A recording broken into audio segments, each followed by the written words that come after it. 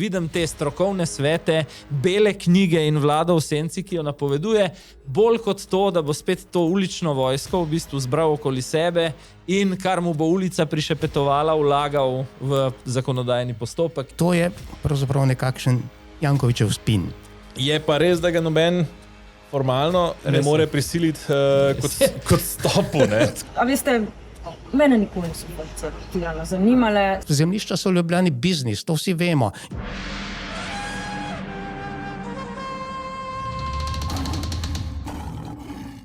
To je tedenski safari, še zadnji pred poletnim predahom in seveda še vedno smo podcast za leve in desne, pa tudi leve in besne. Ta teden nas pozorno gleda Branko Grims, ki zdaj niti ni več vabljen na sestanke EPP. Ja, tako da ne rab na mesto sestankov tega delati. Ne. Niti vmes. Večni župan Ljubljane Zoran Janković, ki se mu maje stolček na tem mestu po 20 letih. Res je, iz globoke sence, rahlo premražen nas spremlja tudi Robert Golob. Pa tudi z letno zalogo vazelina, Lenart Žavbi, nihče drug, eden in edini. Najhvaležnejši poslanec, kako že pravimo. Ja, in na nek način po svoje, tudi državni sekretar na infrastrukturnem ministrstvu Damjan Jaklin, ki se ta teden pravzaprav vrti vsakodnevno na slovenskih televizijah. Ja, res je. Ravno to medijsko konstrukcijo sem želel tukaj izpostaviti. Jaz sicer absolutno mislim, da očitke, ki letijo recimo v tem primeru na državnega sekretarja, je treba razčistiti in to v čim krajšem času, vedno, ko gre za neke javne funkcionarje. Tako da jaz tukaj čakam na epilog. Mi je pa zanimivo, ker se recimo iz tedna v teden vrstijo te tarče. Kot bi nekdo, in jaz verjamem, celo neuradno slišim, kaj se dogaja. O Robertu Golobu sicer še bova v nadaljevanju, pa o tem, kako si predstavlja svojo neko pozo v opoziciji 4 leta. Slišim pa, da medtem, ko je on dokaj odsoten vodja opozicije, v ozadju te tarče za medijske napade izbira v glavnem bivši direktor NPU-ja, Darko Muženič. Se veš, iz policije pač odneseš kakšno mapico z nekimi postopki proti ljudem. Tako da mislim, da to v navezavi z nekimi Golobu naklonjenimi mediji, plačanimi strani Genija in tako naprej, iz tedna v teden spremljamo. Pa enkrat Mijić, pa enkrat Jaklin. Ampak se pravim, sem pa tukaj legalist, če se stvari izkažejo kot problematične, naj se uveljavi tudi politična odgovornost. Moram pa reči, da v dilemi, ali morajo nosilci javnih funkcij na to sodni del pravice čakati izven politike, bi pa prej odgovoril, da ne. Ker vsaj v primeru slovenskega pravosodja bi potem imel celo zmedo, ko bi nekdo, za pol leta, leto ali pa 5 let šel ven, se potem nedolžen vračal in tako naprej. Tako da, predvsem se je zelo težko nedolžen vrniti, ker nihče potem, kar smo spremljali ta teden, ko je bil Damjan Jaklin na vsak dan na vseh televizijskih oddajah prva novica, pri čemer bom nanizal par dejstev, preden pogledava njegov odziv. Torej, glavni škandal se dogaja okoli pomurskega vodovoda, ki se je gradil med leti 2013 in 2015. Torej, 2015 je bil v celoti zaključen. Jaklin naj bi dobil podkupnino, torej zato, da je vplival na izbor in potem dobil neko srbsko podjetje.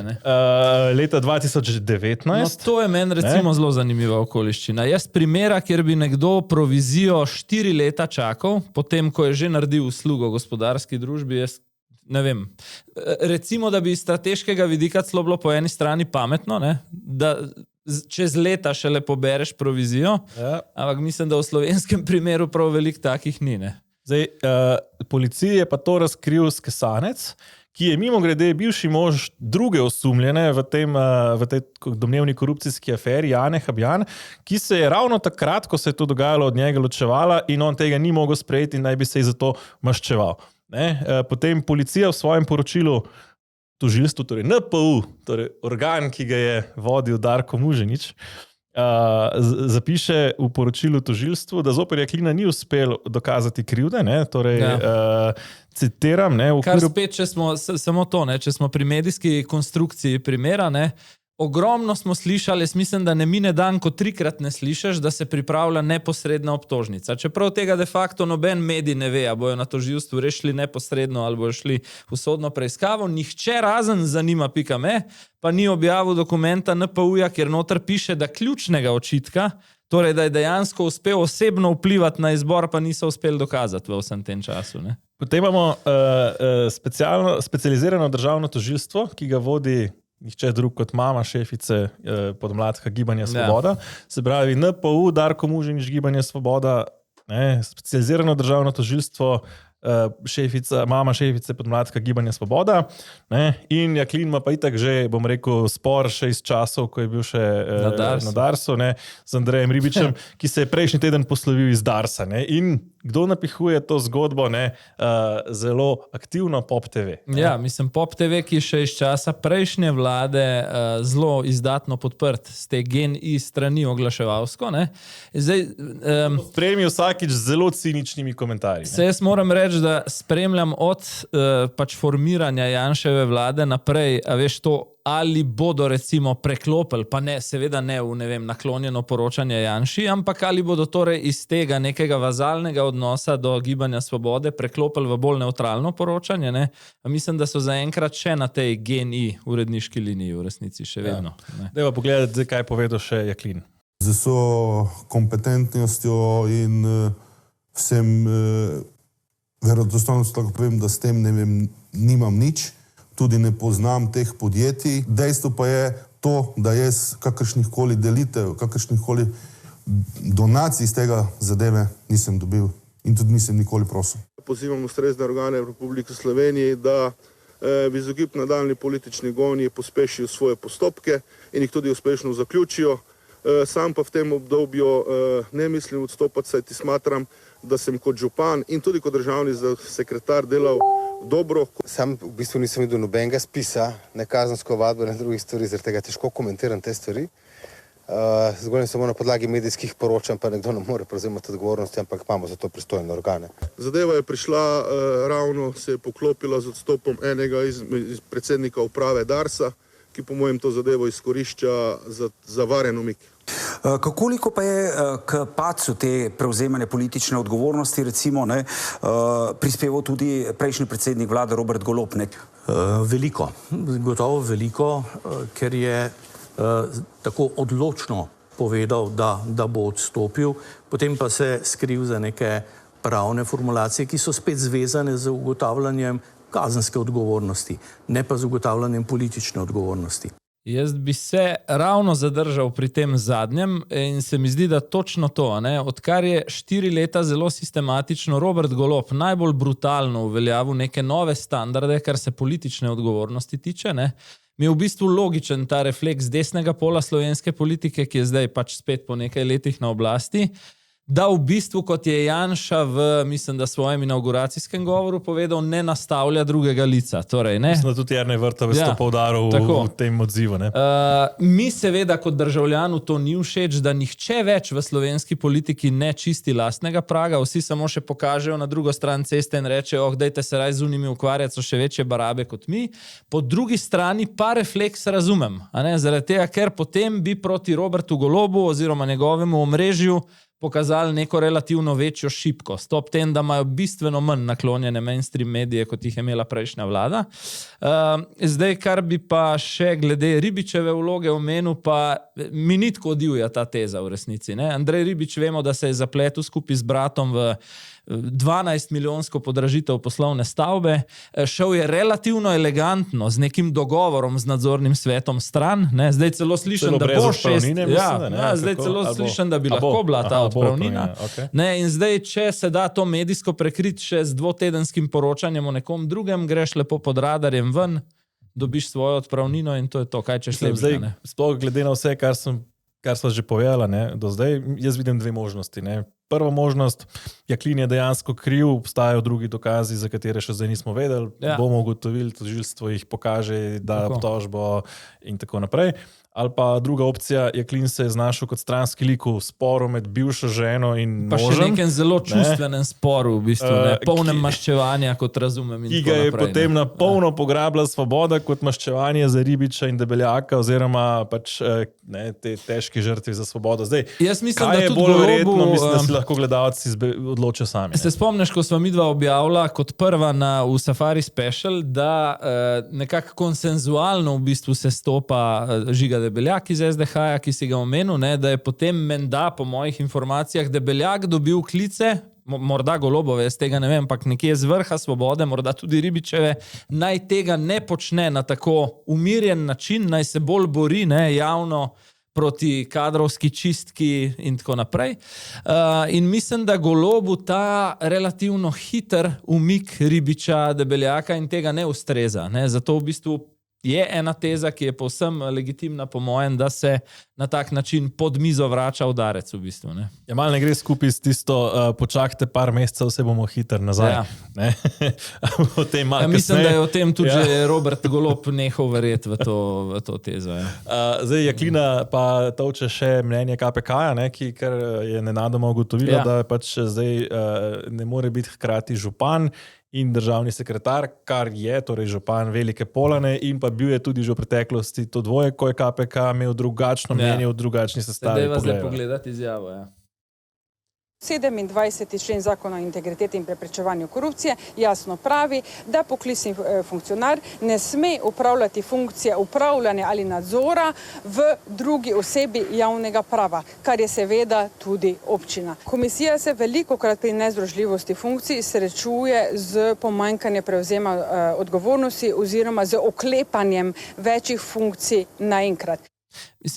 Če bi ti mene tako načeloma vprašal, kaj si jaz po neki intuiciji mislim, aj lahko državni sekretar zraven še župan, pa ni važno, poklicni, ne poklicni, bi ti iskreno prej rekel, da ne, z enega vidika kakovostnega upravljanja funkcije, recimo posvečenosti nekemu delu, naprimer v lokalnem okolju, morda tudi zaradi kakšnih teh škodljivih klientelističnih interesnih navezav, ampak kar pa me res izrazito moti, sva šla preverjati prej, imamo že dobrih 20 let ta KPK, ne? Mislim, da 23. leto teče, odkar smo ga v času pogajanj z Evropsko unijo ustanovili, ne? Lahko si misliš, ali smo ga tako radi, ali smo ga morali ustanoviti, ali kakorkoli, ne? V glavnem, po 23 letih mi še vedno pišemo neka načelna stališča o osnovnih pravilih igre. Ker jaz bi si želel, da 35 let po osamosvojitvi ta pravila, a je lahko župan poslanc, a je lahko župan zraven funkcionar in tako naprej, da že zdavne imamo. Zakaj moramo zdaj toplo vodo odkrivati? In če je bilo 2020 to združljivo in zdaj ni več združljivo, ne, težko razumem, no, to. Ja, tudi jaz težko razumem to merjenje integritete oziroma ugotavljanje integritete. Bi bilo pa tukaj zelo zanimivo videti in mislim, da bi potem ta prva zgodba s provizijami dobila vse manjkajoče odgovore, kdo je ta, ki je Jaklina še v zvezi z nezdružljivostjo prijavil na KPK. Ampak tega najbrž ne bomo zvedeli. Ne? No in ko smo že pri posameznikih, ki imajo težave s funkcijami, ne, je ta teden pred javnost naposled stopil Boris Mijić. Ne. Čakali smo ga cel mesec. Tukaj se vidi to, kar sva govorila v preteklih rednih epizodah. Stevanović je za 2-3 tedne vzel vse breme tega poročanja o Mijićevih dolgovih nase, vendar je bilo v nekem trenutku kar preveč. Ne? Izpostavljenosti predsednik državnega zbora je že zaradi drugih dnevnih tem zelo veliko v medijih. Mislim, da je načenjal stranko, zaupanje stranke, tudi se mi je že zdel notranje, da so se začeli okrog tega malo polarizirati, kako ta problem Mijić rešiti. In je bilo treba ta teden pred glavnino dopustov odviti neki pare iz ekonom lonca, no, tako da iz tega vidika skoraj mislim, da je nujno, da je stopil pred kamere. Zdaj, kako spretno, poglejmo. Priznam, znašel sem se v zelo hudi finančni stiski zaradi dolžnikov, saj sem deloval kot gradbeni podizvajalec. Moje breme ne bi smelo nikoli pasti na ramena delavcev. Iskreno mi je žal za razočaranje, ki sem ga povzročil. Prevzemam pa popolnoma vso odgovornost za nastalo situacijo. Ali boste odstopili kot poslanec? Hvala lepa, smo napovedali, da gospod ne bo odgovarjal na vprašanja, mudi se mu pa naprej na sejo odbora.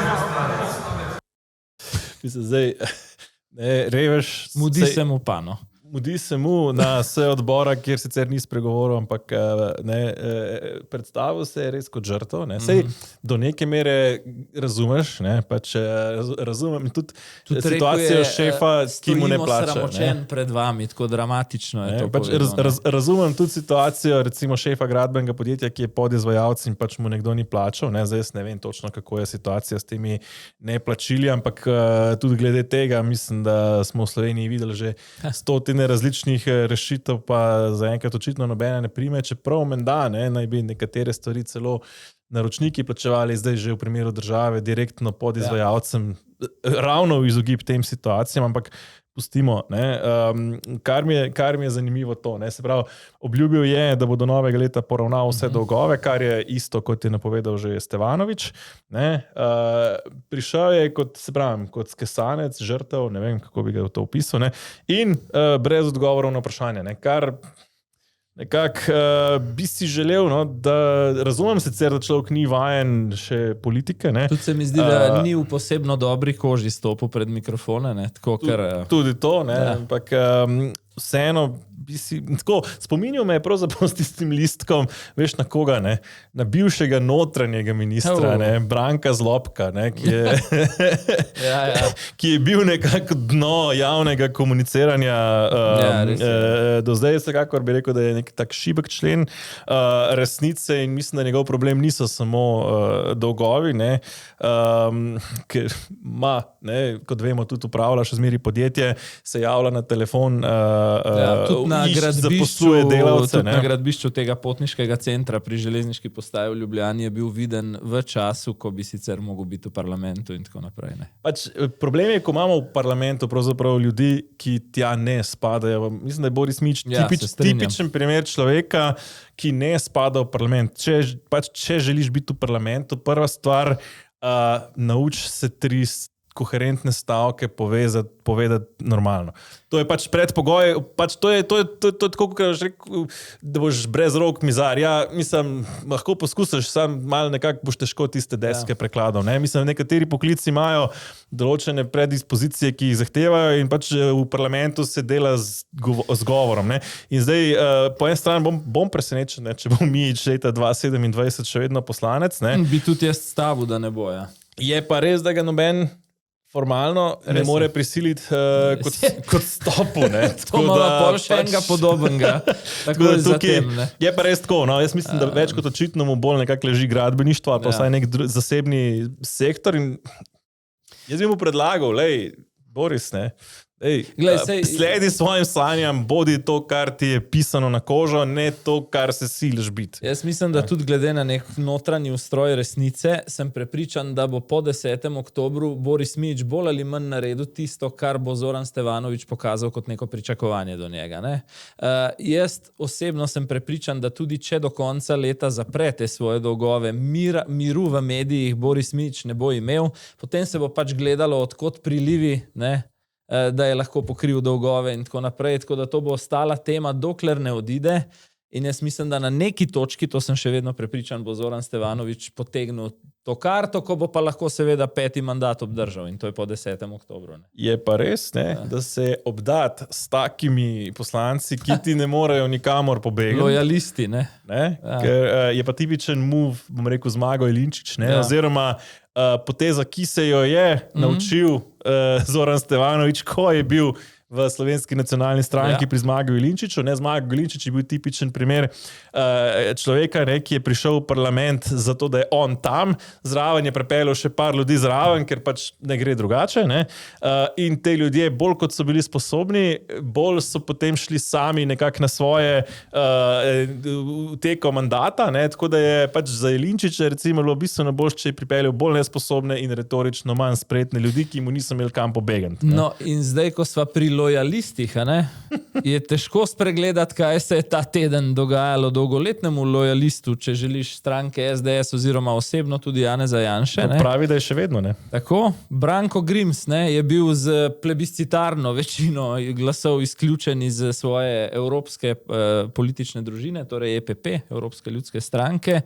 Čeprav je še sredi tedna obljubljal Janši mislim, da na svetu stranke SDS ali na izvršnem odboru, da ima številne prijatelje znotraj EPP in da bo nekako glasovanje preživel, pa ga ni. Poglejva, kako se je potem poslovil.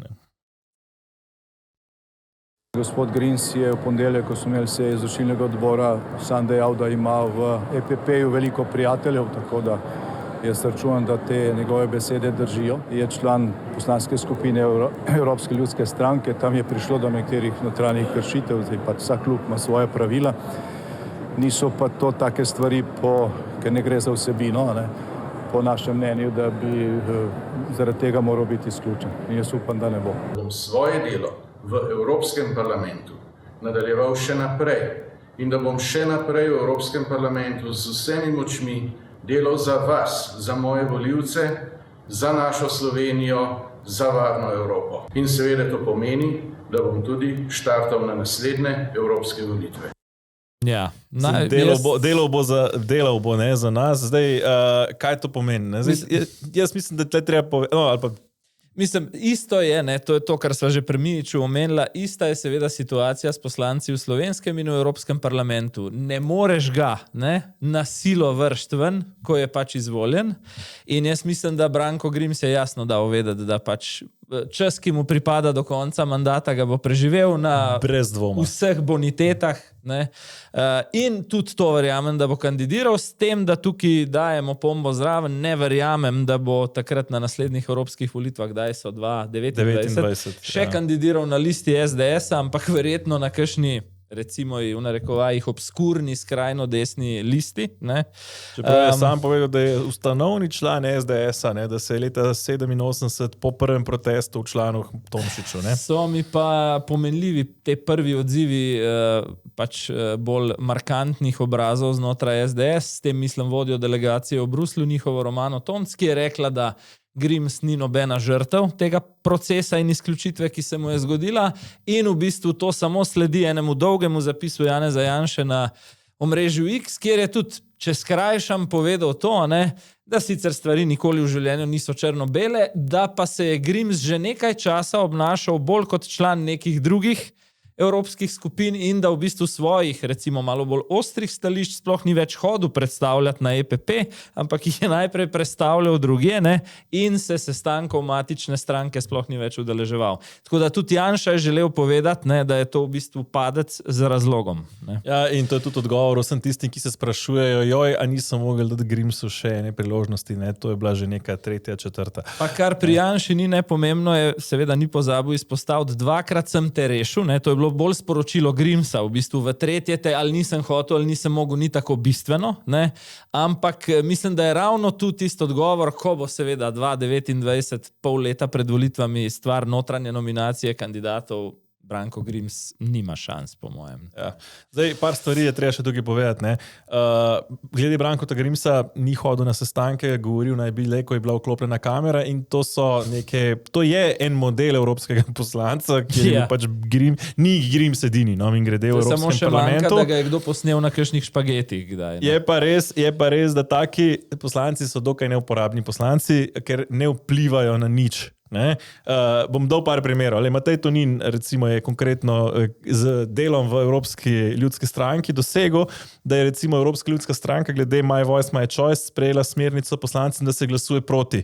Predtem je bila smernica free vote, se pravi po lastni presoji. Smernica sicer pomeni, mi grede za tiste, ki ne vejo, pač usmeritev stranke, ki ni obvezujoč, je pa priporočilo in pač poslanci lahko glasujejo drugače od smernice, je pa res, da če prevečkrat glasujejo drugače od smernice, pač ratajo malo črne ovce in potem dobijo spet manj dosjejev, manj vpliva, težje pridejo do funkcij in so spet nekoliko pač manj vplivni. V tem kontekstu bo zanimivo vprašanje, bo ta svoj mandat Branko Grims do leta 2029 nesel kam drugam, ali bo zdaj v nekem nerešenem položaju z SDS-om tu v Ljubljani pač bivakiral do konca mandata. Bomo videli.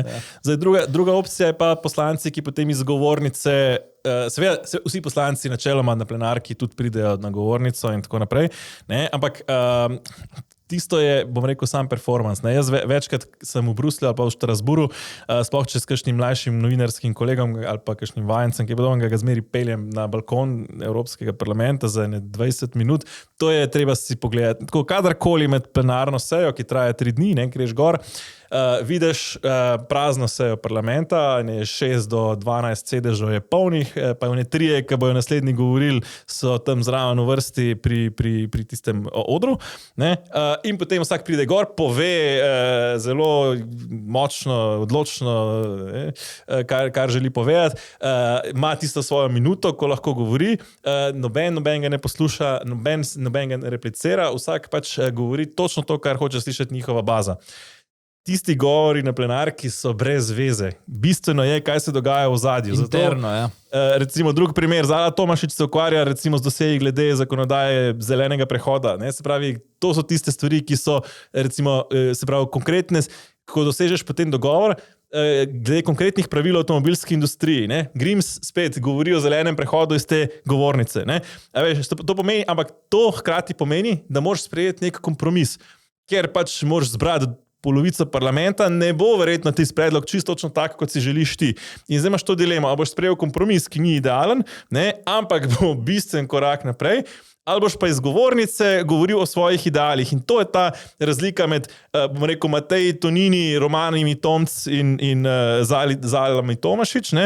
In Branko T. Grimsi tega Evropskega parlamenta. Ne? In si upam reči, da pravzaprav zaradi Branko T. Grimsa, ne? Pa naj se sliši še tako zelo grdo, ne? Ampak Evropa ni nič manj dekadentna, otroci nič manj izpostavljeni LGBTQ propagandi in zeleni prehod nič manj nor. Ker to, da on iz govornice tam o tem govori, ne vpliva na absolutno nič v tej Evropski uniji. Ne? No, v zaključku svojega zapisa na X-u je Janša tudi zelo jasno dal, to je spet sporočilo bolj Grimsu kot slovenski javnosti, vedeti, kaj si misli o tej izključitvi. V smislu stav nas je vpliva enega dodatnega glasu v EPP, ne? Tako da mislim, da jaz vidim tukaj buren razplet te zgodbe, kar se tudi morebitnega prihodnega članstva Branka Grimsa znotraj SDS-a tiče. Ne? Mislim, da smo zdaj nekje na pol zgodbe, ki se bo enkrat prej ali slej razpletla. Za SDS bi bilo najlažje, če bi Branko Grims dejansko odstopil, kar ne bo. Ja, mislim, da ne bo. Ampak je pa res, da pač tistih, SDS ima pa zdaj težavo, ker tistih nekaj tisoč volivcev, recimo, za katerih je pa Branko Grims tisti junak, ne, ki Evropi pove, kar ji gre. Čeprav se pravim, sem razložil prej, kako to poteka, ne, pa mislim, bo več škode kot koristi, no, ampak pač tako je, volivci imajo to, kar so si želeli. Ne. No, do evropskih volitev so še, mislim, da dobra 3 leta, ker bo sigurno tam nekje v jeseni leta 2029, imamo pa v nedeljo referendum, ta pa ni več deleč. Ni več deleč, ampak zato tudi ne odhajajte deleč, se vrnemo takoj po oglasih. Se pravi, kater tedo paket ti trenutno priporočam? Čakaj, Marjan, sam mal. Ej, Titina, prijatelj zanima, kjer paket ne vzame. Kako dober prijatelj pa je? Facefund, čak, dam na speaker. Marjan, Titina tukaj. Vsi Jožetovi prijatelji imajo oranžni king. Nimaš kaj razmišljati. Si slišal, Marjan? Nimaš kaj razmišljati. Oranžni king. Sedaj prvi 2 leti po akcijski ceni. Če ti lahko zrihtam njeno cifro. Ja. T2. Dobrodošli nazaj, v studiu pa zdaj pozdravljava najnega nekdanjega, lahko rečeva, novinarskega kolega Boruta Hočevarja iz Civilne iniciative za Ljubljano, cilj, sicer pa nekdanjega novinarja Financ. Pozdravljen. Lepo pozdravljeno. Zdaj še nekaj ur nas loči do volilnega molka glede parkirnega referenduma. Kampanja zaenkrat precej, lahko rečemo, neopazna, oziroma predvsem smo videli pozive na družbenih omrežjih, bistveno manj pa v medijih, soočenja sploh ni bilo. Glede na to, da nihče ni prijavil kampanje za, te je presenetilo, da nihče ne zagovarja strani za? Strani za pravzaprav zagovarjajo ga predstavniki mestne občine, vendar niso pa res prijavili neke uradne kampanje, tako da nimamo uradnega formalnega oponenta. Zdaj, župan Janković tudi sam pravi, ne grem na referendum, češ odlok smo itak umaknili in izid referenduma po njegovem, ne spreminja ničesar. Zdaj, strategija mene v bistvu spominja na tisti državni referendum glede umetniških pokojnin, ko je premier Golob pozval k bojkotu, ne, pa vemo, kako se je šlo. Zakaj je torej vseeno v nedeljo oziroma prej na referendum? Poglejte, to, kar si opisal, to je pravzaprav nekakšen Jankovićev spin. Če pogledamo, treba je gledati, kaj občina dela, kaj pa Janković govori, razlika je enormna. Spomnimo se, 1. junija zvečer je bila izredna nočna seja na mestni občini, kjer so mestni svetniki sprejeli sklep o tem, da se ta sporni parkirni odlok umakne. Hkrati so sklenili, da bo čez 1 uro še ena nočna izredna seja in na tej drugi seji, uro kasneje, so sprejeli sklep, da se referendum izvede. Mislim, s tem drugim sklepom so povozili prvega in pokazali, da sporni parkirni odlok obstoja in da je referendum potreben. Tudi vse aktivnosti od takrat izvajajo v smislu, da sporni parkirni odlok ostaja. Na vse zadnje, vsi smo dobili vabila domov, vabila na glasovanje in tam nikjer ne piše, da glasujemo o nečem, česar ni piše. Normalno vabilo na referendum. Marsikdo pravi, da je v bistvu nedelja, da so volitve pred lokalnimi volitvami, tudi prav konkretno v primeru Jankovića. Dajmo samo na kratko pogledati, kako pričakuje v bistvu to glasovanje. No? Kar se mene tiče, z mirnostjo čakam ta referendum, ne grem na referendum, ne govorim o referendumu, ker se nismo držili. Skratka, Janković pravi, zelo miren, njegova telesna govorica pa nekako tega ne kaže. Kako vidiš tega, torej župana v tem referendumu? Pri Jankoviću spremljamo ga podrobno od januarja, recimo, odkar se je pač ta parkirna kriza razvila in ugotavljamo, da je pri njemu marsikaj zaigrano, marsikaj je spin. Tako je bil, celotna kriza je izbruhnila zato, ker je potreboval spin. Takrat, če se spomnite, po RTV 3 oddajah Tarča, ker se je govorilo o korupciji v Ljubljani, je moral preusmeriti pozornost. Prej omenjeni manevri z referendumom, umikom odloka, vrnitvijo odloka, so tudi neke vrste spin. Odkrito povedano, ko gledam to govorico, ne verjamem, da je resnična, prej bi verjel, da je zaigrana.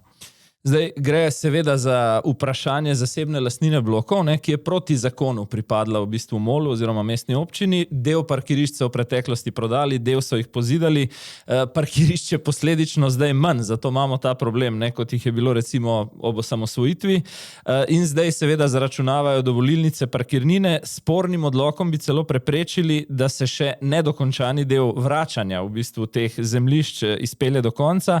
Se pravi, gledamo nek krog nacionalizacije v bistvu, ali kako bi lahko rekli?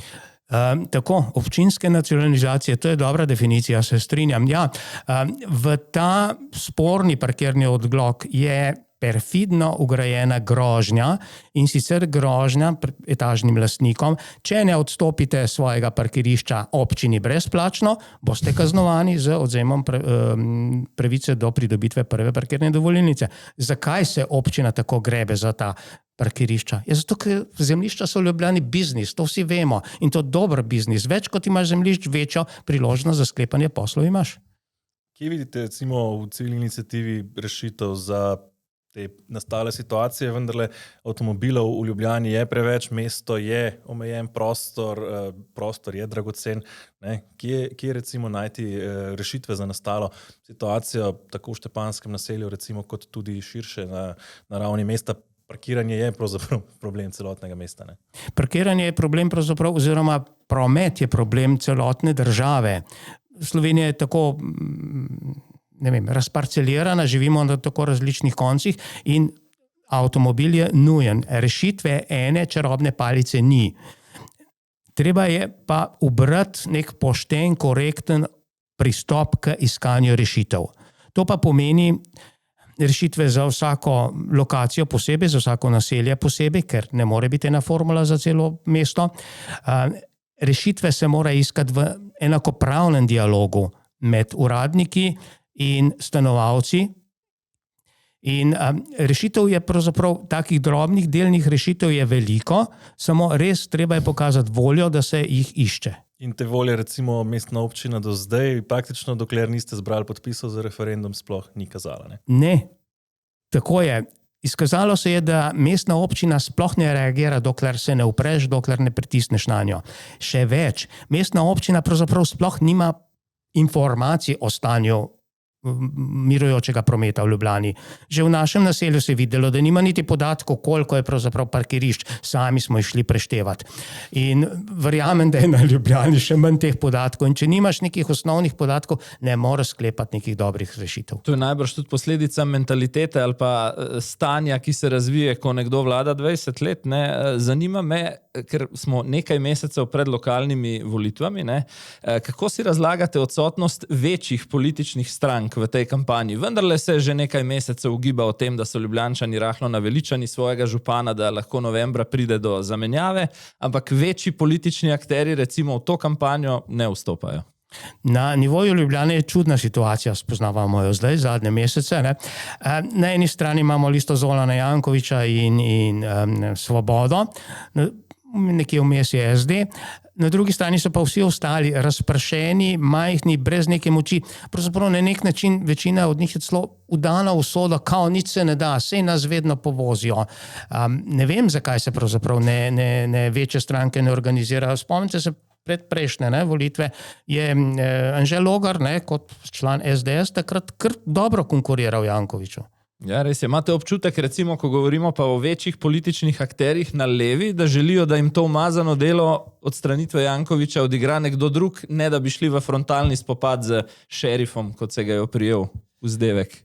Ja, lahko bi tudi tako ugotavljali, ja, da se zdaj pravzaprav ta duet Tone Rop pa Urška Klakočar oblikuje tudi nekje z eno takšno idejo v zadju, se strinjam. Imate podatke o predčasnem glasovanju, torej za nami je 3 dni predčasnega glasovanja, torek, sreda in četrtek. Kakšna je situacija, kakšni so obeti za nedeljo? Po neuradnih podatkih je glasovalo okoli 4600 in še nekaj volilnih upravičencev. Zdaj, običajno je pri teh predčasnih glasovanjih, da pride okoli 10% volilnih upravičencev, kar pomeni, da bo šlo na tesno. Potrebujemo kvorum okoli 46 000 glasov in ja, tudi današnji večer je odločilen. Dovolite, da pozovem vse Ljubljančane v nedeljo na volitve. Zdaj, rezultat, ne, pričakujete verjetno, da bo več ljudi z vami kot na strani občine v tem primeru? Ja, nekako nimamo odziva, da bi pač podporniki občine množično hodili na glasovanje. Predpostavljam, da jih je odvrnil od tega tudi sam Zoran Janković s svojimi manevri. Ja, podobno neuspešen je bil Golob, pa vendar, če bo sporočilo jasno, torej recimo dosežen kvorum in zavrnitev tega odloka, ne, kaj potem pričakujete recimo od občine oziroma župana v dneh po referendumu? Kakšne spremembe? Kakšen odziv? Od župana ne pričakujemo pravzaprav nič posebnega. Domnevam, da se bo delal, kot da to ni in se spet zmislil kakšnega novega PR-ovskega manevra. Odziv oziroma neke pozitivne učinke pričakujemo na drugi strani. Namreč šibkost župana bi lahko opogumila še koga, da kandidira na jesenskih volitvah. Morda je to celo najpomembnejši, ampak pomemben efekt referenduma. Morda še to, če referendum pa recimo ne uspe. Ne? Pričakujete, da bi recimo ljubljanski župan Zoran Janković znova uveljavil ta sporni odlok, recimo, ki ga je zdaj umaknil oziroma pravi, da ga je umaknil, nekako je neka ta čudna situacija s tem odlokom, ne? Torej bi se lahko odlok vrnil še pred volitvami? Najbrž ne. Domnevam, da tako direktno pa le ne bo šel izzivati volilnega telesa. Kako torej utegne recimo mestni referendum potem še premešati karte pred volitvami, recimo omenili ste že nove morebitne županske kandidate, še kakšno drugo pričakovanje? Izkušnja na podlagi zadnjih mesecev v civilni iniciativi kaže, da je smiselno v Ljubljani oblikovati neko civilno telo, ki bo delovalo ki bo gledalo bodoči mestni oblasti pod prste, ne glede na to, kakšne barve bo ta oblast, ampak treba bo usmerjati pač v iskanje rešitev tistih dejanskih problemov, ki so v Ljubljani in ki se jim Zoran Janković izogiba. Pomanjkanje zdravnikov, slab zrak, prometne stiske in tako naprej. Tako, ne, mislim, da vse to so izzivi, ne, ki nas čaka. Bi želeli še kaj dodati? Ja, zahvalil bi se vam za to priložnost, pač za ta današnji pogovor. Zahvaljujem se pa tudi vsem volivkam in volivcem, ki so že oddali svoj glas na predčasnem glasovanju in tudi tistim, ki bodo prišli v nedeljo na redno glasovanje. Malo smo že načeli najno naslednjo temo, ne? Bolj podrobno v lokalne volitve. Gospod Borut Hočevar, kolega, najlepša hvala za ta obisk.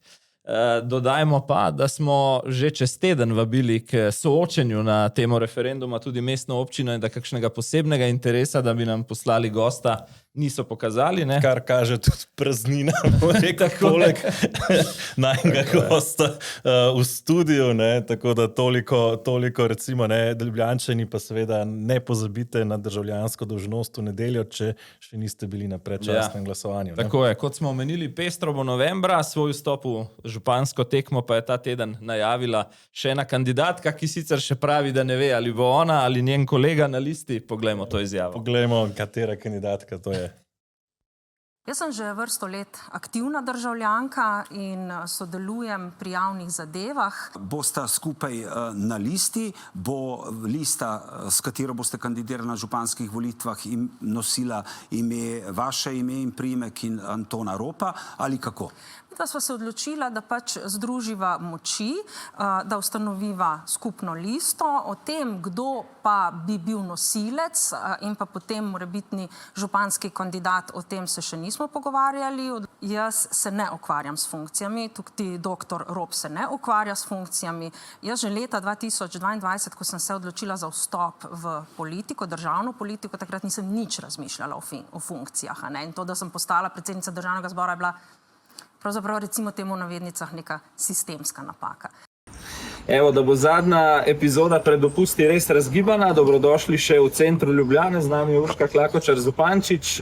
Gremo najprej na, kot smo slišali, vas ujamemo tik pred poletnim dopustom, ne? Ja, res je. In po tem zatišju, potem tako ena večjih političnih bitk jeseni v mestni občini Ljubljana. Zdaj prve projekcije so objavljene, naša meritev kaže, da v morebitnem drugem krogu celo za las premagate aktualnega dolgoletnega župana. Zanima me, kako vi vidite po 20 letih vladavine Zorana Jankovića te trenutne razmere, se tudi vam zdi, da je v Ljubljani čas za spremembo? 20 let je dolga doba in v tem času se spremeni mesto in se spremeni človek, ki ga vodi. In jaz mislim, da je gospod Janković marsikaj pokazal v mestu, marsikaj izboljšal, da pa je po 20 letih čas, da pride nova, sveža energija in popelje mesto na bolj moderno pot in pa se loti tistih problemov, ki so nekaj časa ostali kar prezrti. Torej nekako vaš track record v zadnjih mesecih, najprej postopna ločitev od Roberta Goloba in Gibanja Svobode in zdaj še nekako 1 na 1 z recimo temu političnim vzorom ali mentorjem celo prejšnjega predsednika vlade. Pa ne moram temu reči ne ločitev, ne neko združevanje. Jaz v bistvu dostikrat prepustim dogodkom, da se razvijajo sami od sebe. Bom pa rekla, da sem izjemno hvaležna, če ljudje okoli mene prepoznajo v meni nekoga, ki lahko naredi v kakršnikoli vlogi kaj dobrega za našo skupnost. Je to tisto, kar vas pravzaprav navdušuje, da se podajate zdaj v to tekmo lokalne volitve, ni še jasno, to je kdo na vaši listi bo županski kandidat, kdo ne, pa vendar boste nekje na listi, čeprav razumem, pa zagotovo. Tako je. Seveda, kdo bo županski kandidat ali pa županska kandidatka, o tem se bomo odločali kasneje. Tudi jaz se zdaj bi želela bolj ukvarjati s tem, kaj so tiste najbolj pereče točke v mestu, ki jih je treba nasloviti takoj, kaj so razvojni programi in pa kakšna bo vizija tega mesta. Tako da, to, a veste, mene nikoli niso politizirano zanimale, sem že povedala, da tudi bi se šla leta 2022 v državno politiko, me to ni zanimalo. Bom rekla, da sem ena mala anomalija v sistemu, kjer se ljudje pogovarjajo samo o funkcijah. Mene dejansko zanima to, kaj lahko s svojim znanjem, predvsem, s svojimi izkušnjami in pa tudi s tem, da sem kakršna sem, pripomorem, da bomo vsi bolje živeli. Morda še to, v nedeljo je v Ljubljani referendum. Župan Janković pravi, da pravzaprav ne glede na obisk referenduma ali ne, očitno ne bo spremenil nič, pa vendarle ni tako enostavno, kakšna je situacija s tem umaknjenim odlokom? Ja, glede na celotno pravno kolobocijo, ki jo zdaj imamo tukaj, morda res ne bo pravno veliko spremenjenega, ker očitno pač mestna oblast trdi, da odloka itak ni več, ker je bil umaknjen, torej se odloča o nečem, kar je bilo itak že umaknjeno, ampak gre pa za simbolno dejanje. In tudi prav je, da ljudje povedo, kaj si mislijo. Zbrali so podpise za referendum, glede na to, da je se umik zgodil v času, ki je po mojem, pač pravnem mnenju, ni bil več mogoč, kajti to manevriranje z umiki ne je mogoče zgolj do neke določene točke v postopku in to v vsakem postopku, ne glede na to tudi, če to ni nekje striktno jasno določeno, bi morali pravniki potegniti analogije. Je prav, da ta referendum zdaj je in da pač ljudje povedo, kaj si pravzaprav želijo glede tega režima parkiranja in pa ureditve sosedskih parkirišč in pa parkirnih dovoljenj. Po letnem slogu še malo bolj vroče vprašanje za konec, če se vrnemo na županske volitve. Ko je Robert Golob sestopil z mesta predsednika vlade, je Zoran Janković rekel: ne obračam hrbta dolgoletnim političnim sopotnikom. V luči novembrskih volitev najbrž ne pričakujete podpore nekdanjega strankarskega šefa? Te časi so mimo. Dobro, najlepša hvala za ta pogovor in verjamem, da se do novembra še kaj ujamemo. Hvala lepa. Evo, pa smo nazaj v studiu. Ja, pa smo nazaj. Kako gre ta dinamika. Zdaj, evo, malo smo že načeli lokalne volitve z Urško Klakočar Zupančič. Mislim, da je fajn pogledati še par, bom rekel, hard faktov, kot temu rečejo, dejstev. Tako sveži so, da nismo uspeli niti grafik narediti, da bi jih dali. Bodo pa bralci na portalu zanima.me podrobnejšo analizo te ankete tudi v naslednjih dneh lahko prebirali. Tako da, če tega ne gledate ravno prvo sekundo, ko je bilo objavljeno, morda že lahko vidite članek o tem na portalu zanima.me. Sicer pa pogleda par zanimivih podatkov. V Ljubljani se obeta, torej bom rekel, neka resna sprememba. Več kot 60% ljudi, ki so odgovarjali v anketi, so izrazili, da si želi spremembo na čelu, torej na županskem mestu. Se pravi, po domač povedan, za nekoga, ki bi uspel to množico nagovoriti, obstaja realna možnost, da Janković po 20 letih izgubi volitve. Oziroma, kot pravijo poznavalci, če si volivci želijo spremembo, jo ponavadi tudi izvolijo. Tako da Zoranu Jankoviću se zelo maja stavček, še posebej ob upoštevanju, da samo 27% volivcev pravi, da si pa želi ohranitev stanja, torej da jim je Zoran Janković tisti župan, ki si ga želijo še naprej. In potem imamo, bom rekel, kar nekaj kandidatov, ki se jih je merilo, pa mogoče, recimo, če smo začela z Urško Klakočar Zupančič. Urško Klakočar Zupančič si zelo želi za županjo 12, še kar pa še dodatnih 28 skupaj, torej nekje 40% bi lahko. Zdaj, tukaj treba upoštevati, da tukaj so... Vsekakor je to za drugi krok dovolj, ne? Pa te številke se ne bodo seštele v 100%, zato ker tukaj za vsakega kandidata se je merilo, torej ali si zelo želiš ga, ali si ga... Bi rekel tako, stopenska lestvica. Zelo enostavno bi rekel nek trenutni doseg plus maksimalni doseg, recimo. Tako nekako, pri čemer jaz pravim, to, da Urška Klakočar dobi zdaj doseg nekje 40, tukaj ne pomeni, da vsi ostali dobijo 60, ampak pač, da bo ljudem jasno, zakaj v tako visokih številkah govorimo. Torej nekje do 40% v prvem krogu bi lahko posegla. Recimo njen kolega, Tone Rop, je zaenkrat še bolj nekoliko zadej, slabih 6% bi ga že zdaj iz srca zelo močno podprlo. Njegov domet trenutno je potem še dodatnih nekje slabih, dobrih 17. Se pravi, smo nekje na slabih 25. Kar bi verjetno še vedno morda lahko zadoščalo za priti v drugi krog, še posebej, če bi tekom kampanje ga tudi nekoliko več ljudi spoznali. Treba je poštevati, da Tone Rop je bil nekdanji premier. Praktično 20 plus let je minilo od njegovega resnega dnevnega angažmaja, ne, in vmes, kot sva raziskovala pred epizodo, se nam je kar eno lepo število novih volivcev v bistvu. Ja, v bistvu je 500 milijona volivcev, ki trenutno so v Sloveniji, se nekako Ropa več ne spomni. Tako. Sploh kot resnega politika, je pa res, da do volitev je še daleč. Zdaj, če pogledamo Zoran Janković, nekako 19 odstotkov res hard podpornikov, še nekih dobrih 24, slabih 25. Nekako, bi ga še bilo pripravljeno podpreti. Se pravi, da ta hip recimo maksimalno seže še nekoliko čez Urško Klakočar Zupančič. Ne? Ja, in bi torej v drugi krog še vedno pride. No, recimo, da bi bil to najbolj verjeten drugi krog po teh podatkih. Je pa to precej daleč od zagotovljene zmage v prvem krogu, še posebej ob dejstvu, da je treba upoštevati, da je kar veliko število, pravzaprav zelo blizu 50 odstotkov, zelo proti Zoranu Jankoviću. Tukaj govorimo o volivcih Ljubljane.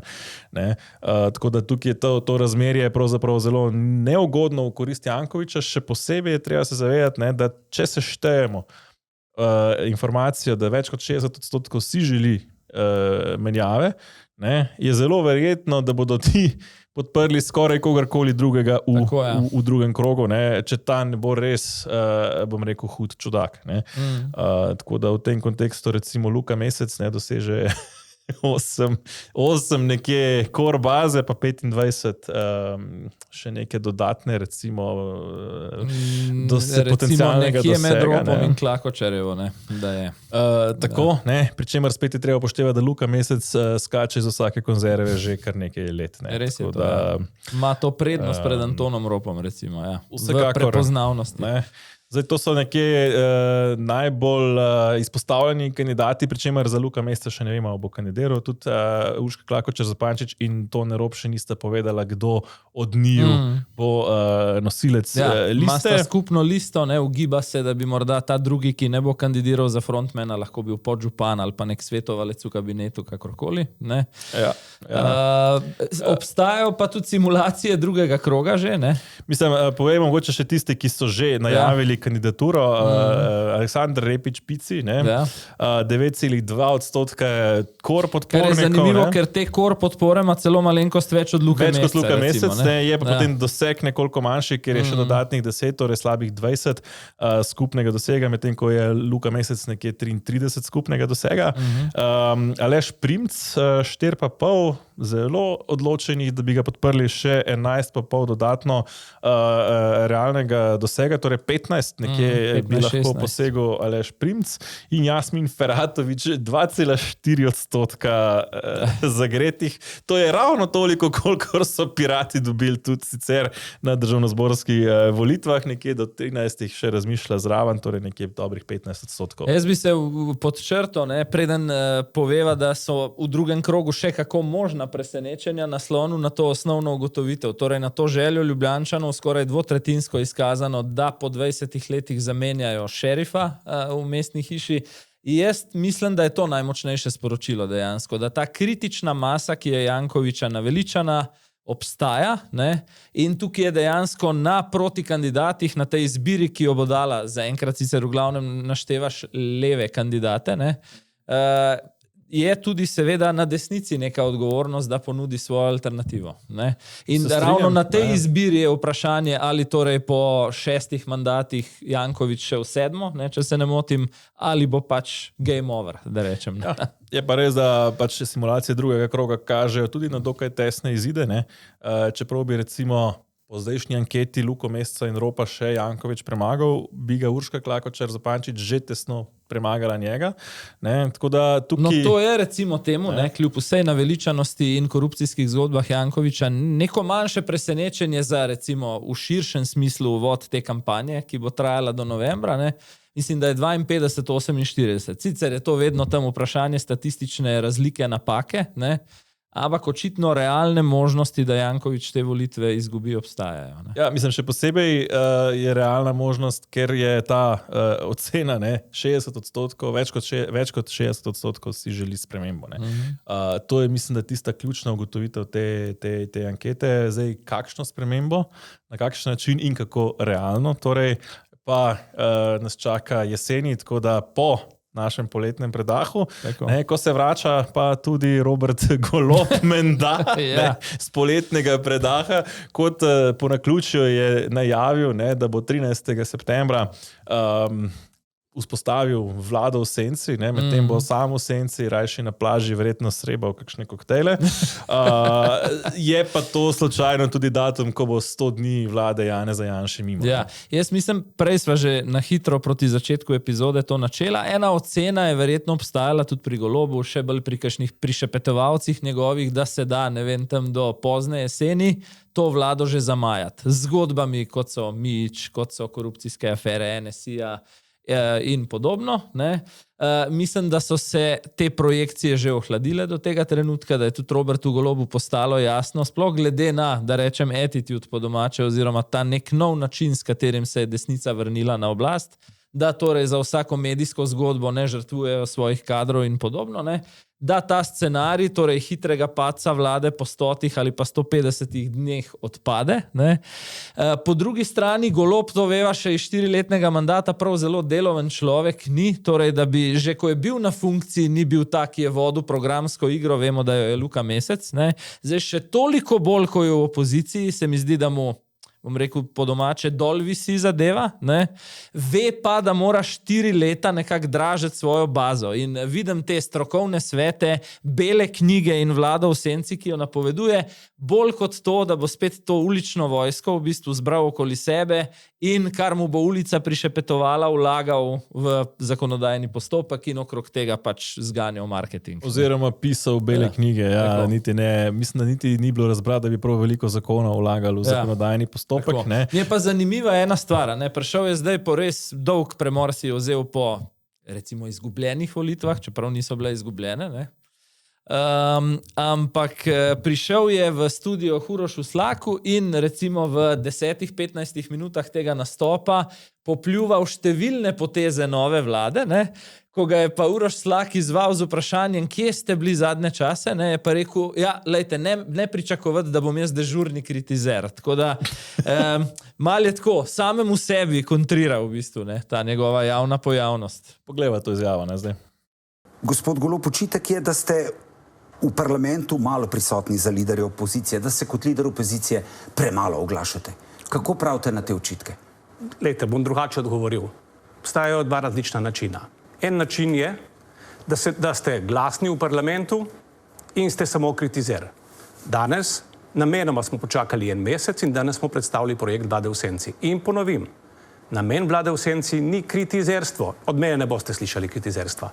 Namen vlade v senci je kreiranje in ponujanje boljših rešitev za ljudi.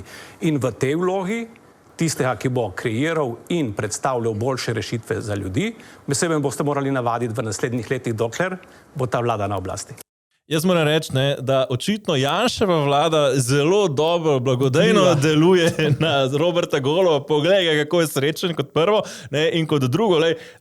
Dokler je Janša na oblasti, lahko od njega pričakujemo, se lahko celo navadimo, da bomo od njega pričakovali kreiranje in ponujanje boljših rešitev. Ja, zanimivo. Ampak samo dokler je na oblasti Janševa vlada. Ker kako je, ko je on na oblasti, smo videli, in takrat ima te predloge in rešitve nekdo drug v njegovi vladi, ne pa Robert Golob. Mislim, glej, jaz res veliko v smislu nastopanja v parlamentu in nekih njegovih vsebinskih pobud ne pričakujem. Mislim, da bo 4 leta iz ozadja skrbel za obračanje svojega premoženja, za tista sredstva na tujih računih, o katerih sva midva večkrat govorila, tudi malo za to bonvivanstvo, ki sta ga oba s soprogo še kako željna in vajena. Komu bojo pa svetovalci rekli, da je res nujno, da spet podraži svoje volivce in jih spomne, da še obstaja, takrat bo pa Robert Golob na 2 informativnih oddajah in to je to.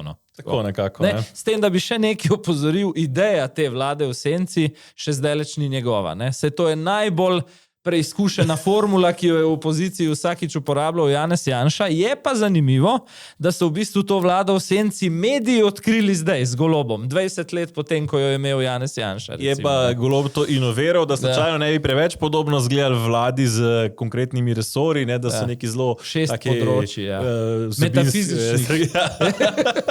6 metafizičnih področji, kjer bojo nastale bele knjige. Ne? S tem, da upam, da Tina Gaber belo knjigo res razume kot knjigo, ne kot kaj drugega.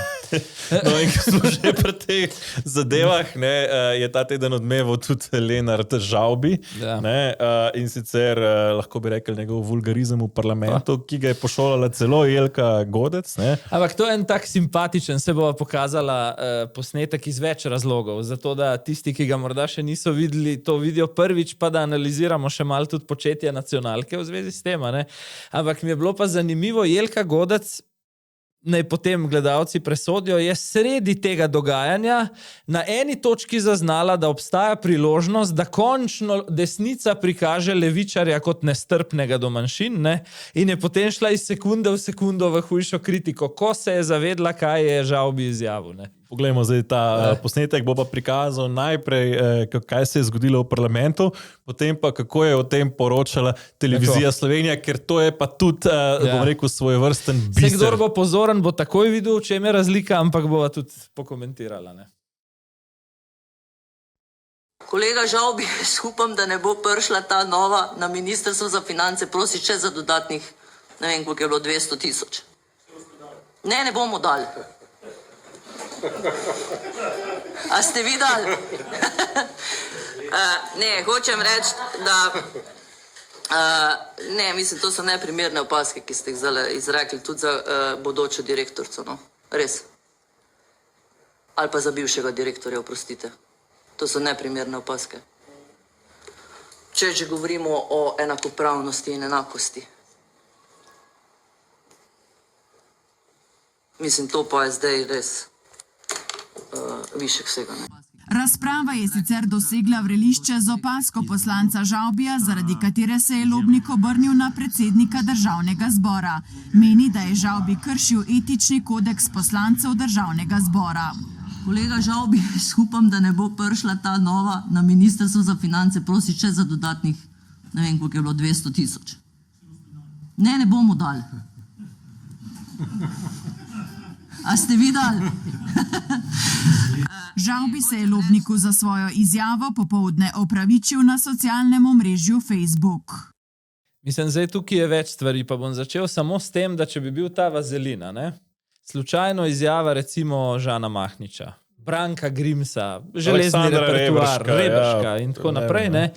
Bi mi to izjavo v bližnjem kadru, ne, še s kakšnimi prelivi videli vsaj 3-krat v enem prispevku. Ne.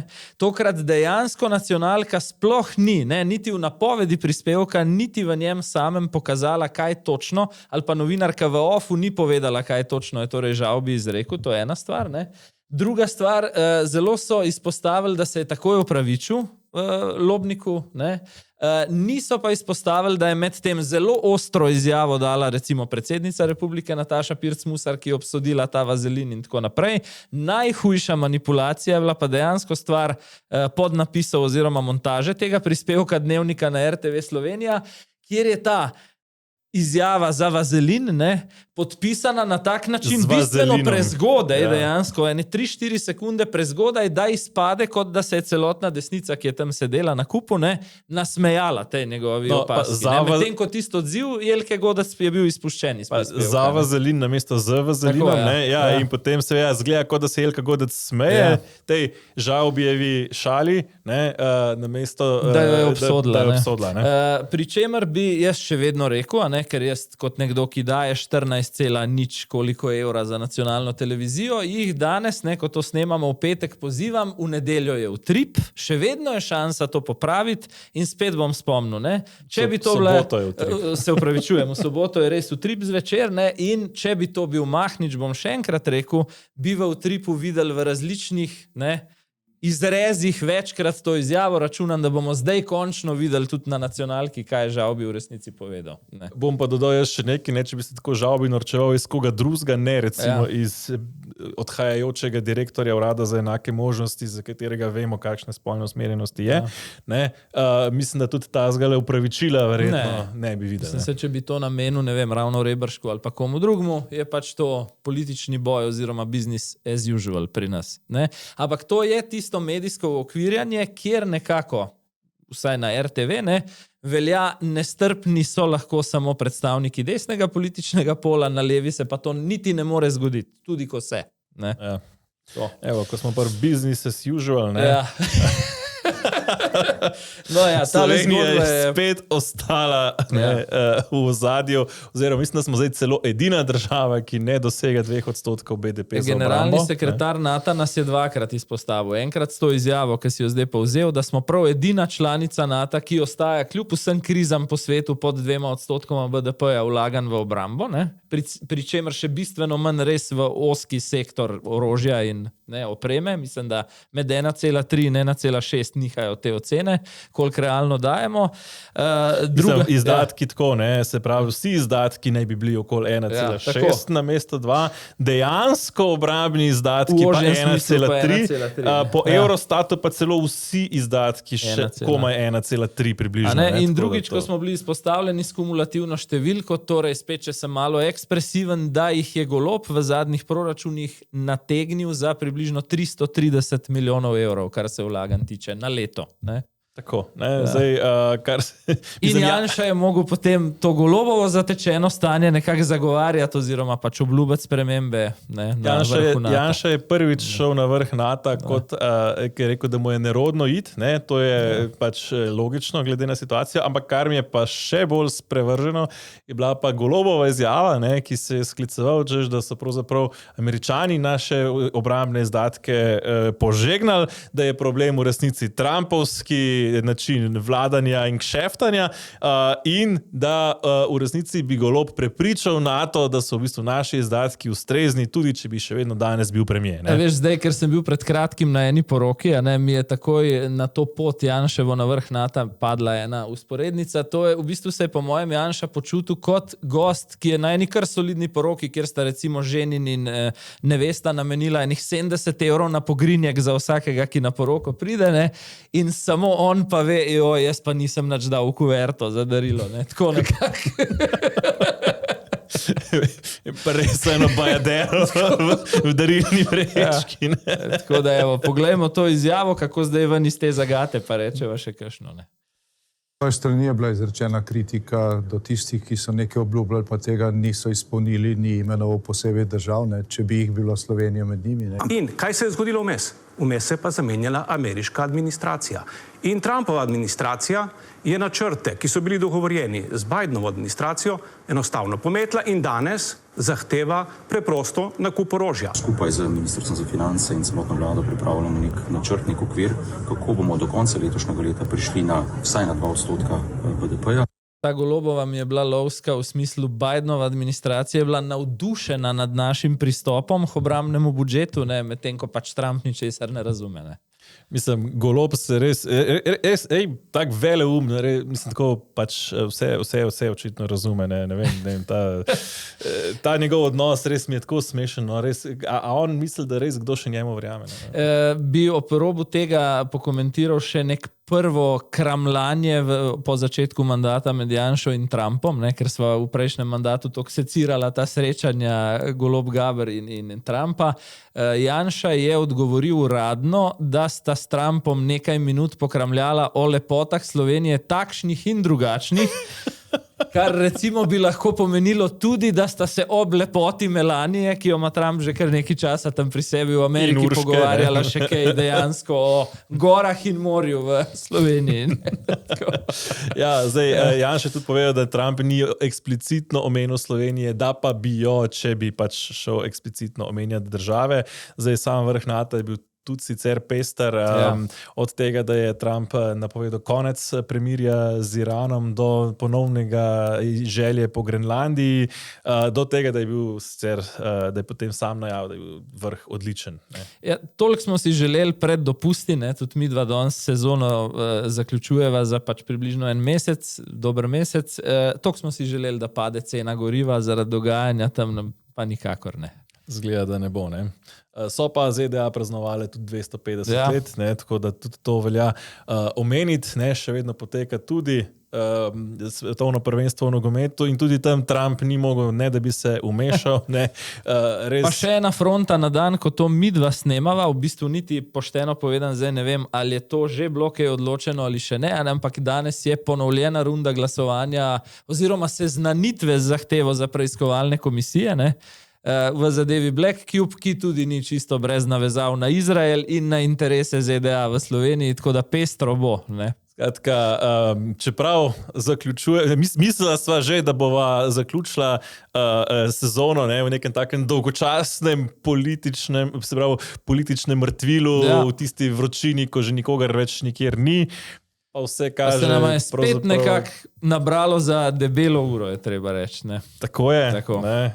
In očitno nam tega gradiva ne bo zmanjkovalo niti v prihodnje. Tako je. Skratka, spoštovani gledalci in gledalke, res, da smo pri koncu sezone, ne? Druge sezone že tedenskega safarija, hitro sta minili. Ne? Tisto, kar boste pa od nas absolutno morali zvedeti, ne? In kar se bo nabralo v vmesnem času do konca avgusta, pa do takrat seveda predvsem preko portala zanima.me, kjer smo še naprej z analizami, komentarji, ekskluzivnimi novicami in seveda tudi našimi upogledi v poletno dogajanje. Ne? Drži, portal zanima.me ne gre na poletni dopust, spremlja vsak dan, ves čas, kaj se dogaja doma in po svetu in vam prinaša sveže, sprotne novice. Tako da glede tega res ne boste ničesar zamudili, tudi če safari vzame krajši predah.